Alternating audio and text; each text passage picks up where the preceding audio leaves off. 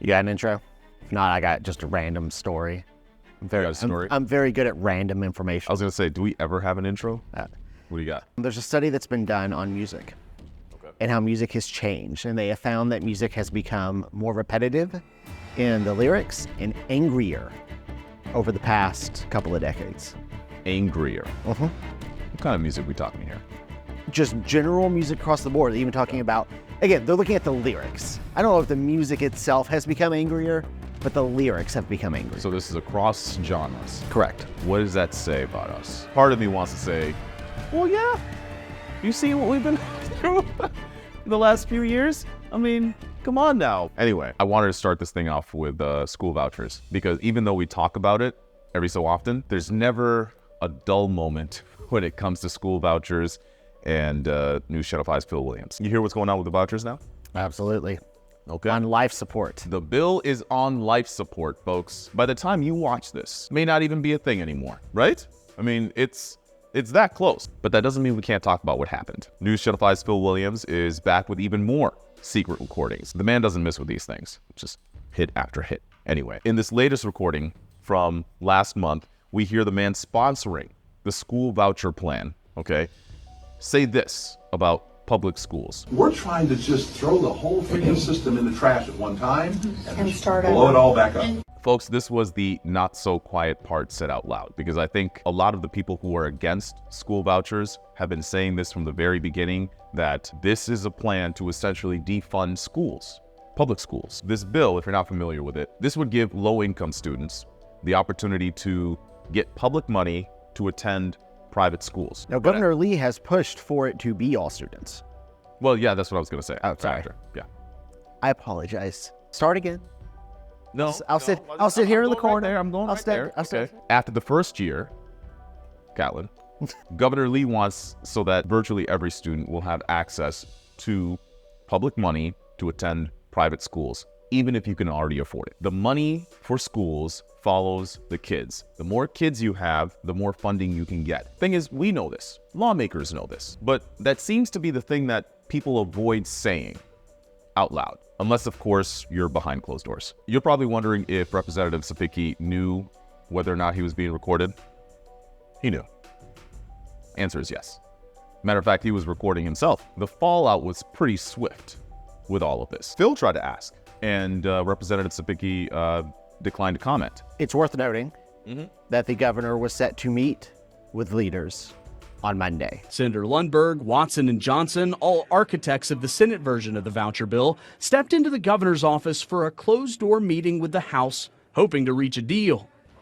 Instead, the same Senate leaders rushed out moments later, followed shortly by the governor. I asked Governor Lee to give us an update. He replied he had to head down. We discovered that meant head down to the Capitol basement for a new venue for the meeting. We were hoping to stand outside there and talk to stakeholders as they left the meeting with the governor, but we were told by a spokesperson with the governor's office that we weren't allowed to be out there. So I have an update to that. Uh-oh, here we go. The life support's getting worse. The Senate today has passed their budget. The House voucher plan is not in it. Cameron Sexton called it, quote, not a good sign. This sounds like it's all but done. And we didn't even finish this. We didn't even finish this video. But again, what do you think? I'm moving on to the next one. I honestly thought that I had enough time to, hit record on this thing and tell everyone about my story, where we talked to Millersville City Manager Tina Tobin. But 2 days after our story, Tobin resigned. The timing is hard to ignore, folks. She says that she had eye surgery on April 11th, and that recovery, I guess, is taking much longer than expected. This is the same city manager who told me that she was going to be in this position for as long as the city commissioners would keep her, and as long as it would take for them to find a replacement. Well, that all changed on Sunday, because Tina Tobin has turned in her letter of resignation saying that she will be done on April 26th, regardless if commissioners find a replacement for her. What I can tell you is that Tina Tobin was surprised when she got this job. She showed up to the commissioners meeting in January and suddenly became arguably the most powerful city official in the city of Millersville. I try to offer my help everywhere that I can, but that was a bit of a surprise. The way that she explains it, and I go into detail about this in the story, she showed up expecting there to be some sort of shakeup in Millersville because they just elected a new city commissioner. And then they fire the city manager who's there, Scott Avery. So she's looking around and they pull out her resume. Tobin has an MBA from Temple University, and for the last 20 years, she's bounced between freelancing as an analyst, a writer, day trading stocks, and Hi, this is Tina with love'em-or-leave''em.com. hosting a website dedicated to relationship advice for women. Just be very clear and let them know that you're ready to break up and you're ready to move on. And they say, well, we've got an applicant here who I think could do the job, Tina Tobin. They vote on it. 3-2, she becomes a city manager. Since then, she's fired Police Chief Rob Richmond after he spent only 36 days on the job. Fire Chief Brandon Head was also terminated, and so was City Attorney Jack Friedel. All this in her first month on the job. For each position, they were not taken lightly. There were different things that I saw and just felt like that was not the direction. But some in Millersville seem to think there's more to it. First one, I'm sure y'all are aware that I have multiple open records requests in with the city. Some of the suspicion goes back to what else is on Tobin's resume. Some suspect her connections to the far-right Sumner County Constitutional Republicans is how she landed the job in the first place. And here in Sumner County, we're continuing to shake things up. A group that makes it clear their goal is to place as many like-minded Christian conservatives in office as possible. No, I have to admit, every time I hear that, that does feel like a bit of a conspiracy theory. You can see where the confusion might come from, considering they're on your resume. I would say that everything I've done in politics, that it's been more as a citizen activist, not necessarily, loyalty to one specific group or another. She had given out her resume to a number of other cities, including Millersville. She said that she gave her resume to the Mayor Tommy Long, and didn't know what was going to be asked of her. She just said, I'm willing to help out Millersville any way I can. And then she became the city manager. Mind you, she has never done the job before and doesn't even live in Millersville. I think those are like the two sticking points for a lot of people. It's like, at the very least, live in the city. You make a habit of coming to city commission meetings where you're not a resident of the city? Well, I was definitely curious to see what was going to be happening, because I think everybody was following the Millersville election, because we knew it was just going to be a different change in direction. It raised a lot of eyebrows, a lot of suspicion. Refuse to tell us what's going on. Y'all do everything behind the scenes. People asking, how did she get the job? Is she even qualified? Is someone else pulling the strings here? Our News Channel 5 investigative story was meant to lay out what we know so far and just let you make up your mind on what you think is really happening. Tobin stands by the notion that there's no other political group or anything like that that's pulling the strings behind the decisions that she made. Tobin fired the now former police chief, Rob Richmond. He was on the job for about 36 days. He moved to Millersville from Austin, Texas to clean up the city. And he was fired by Tobin within the first few weeks of Tobin being on the job. Now, it might make sense if people who Tobin terminated were involved with what happened with these officers, but that wasn't the case. Richmond, for example, wasn't even living in Tennessee at the time. Now, I asked her, I said, Rob Richmond had nothing to do with the police officers that were here before in the department, but she said that they had to go in a different direction. What that direction is, we're not quite sure. But it was after Fire Chief Head was terminated that the city's firefighters immediately walked off the job in protest, leaving Millersville with 2 firefighters, neither of which are qualified to run their own emergency calls. There are people's lives that are affected by this. Whatever her reasons for single-handedly changing the face of a city she doesn't live in, these decisions continue to have a lasting impact that at this rate may even outlast the person behind them.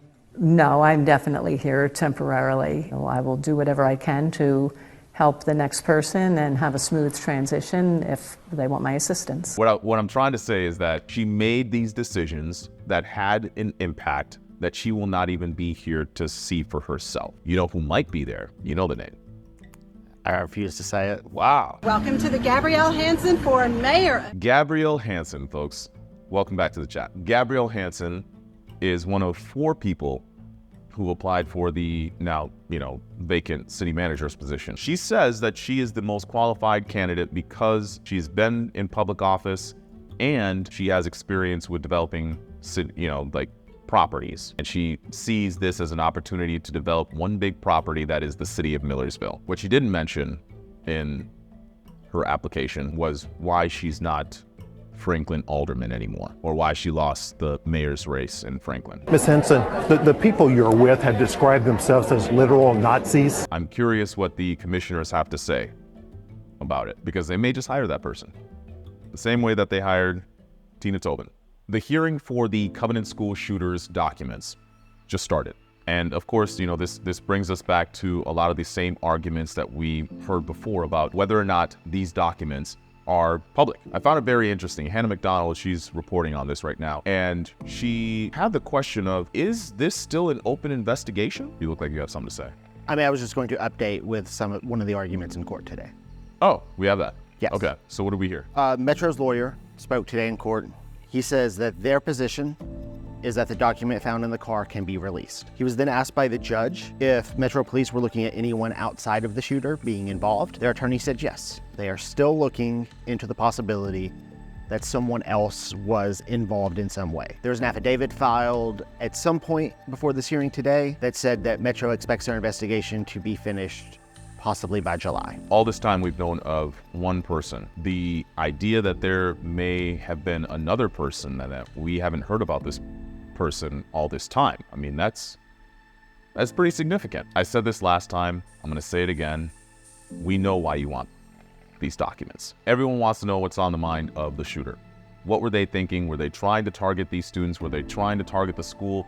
What were their motivations? We're all trying to figure out why. The more important it is to learn from that experience and learn everything possible from that experience to prevent future such experiences. The city and the Covenant community are both against the release at this time. Their reasons are a little different. The case file will be made public after the investigation is over. According to the city, people need to just trust the process. As for the victims' families, the school and Covenant Presbyterian Church, they think releasing the whole case file is a dangerous move. They argue the Tennessee Public Records Act is on their side. Metro should be enabled to release summaries of their findings, of what they have come across in this investigation. It will ensure that other police offices, other police departments put in place the necessary restrictions and protections to prevent this from happening again. I think there are plenty more people who want this thing so that they can push whatever agenda they want. And police said that. They said, what they've seen so far is that you can make an argument for whatever agenda you want based on the shooter's documents. They've read through it. And they said this person, frankly, hated everybody. There wasn't a specific person or target that they were thinking of. And there wasn't a justification in there that could have told them this is why the person did this. I think this hearing is going to be very interesting, and we're already hearing things that I didn't even know about. Okay, something to keep in mind. I think that's it for what I have for this. Listen, we're trying something new, okay? And so we want to hear from you. Give us feedback. Let us know what, are these the stories you want to hear about? Is this the stuff that, interests you? Leave a like, comment, give us some feedback. What do you think about that? I think that's fine. I'll continue to interrupt it in opportune times. Catlin will continue to interrupt in opportune times. Yeah.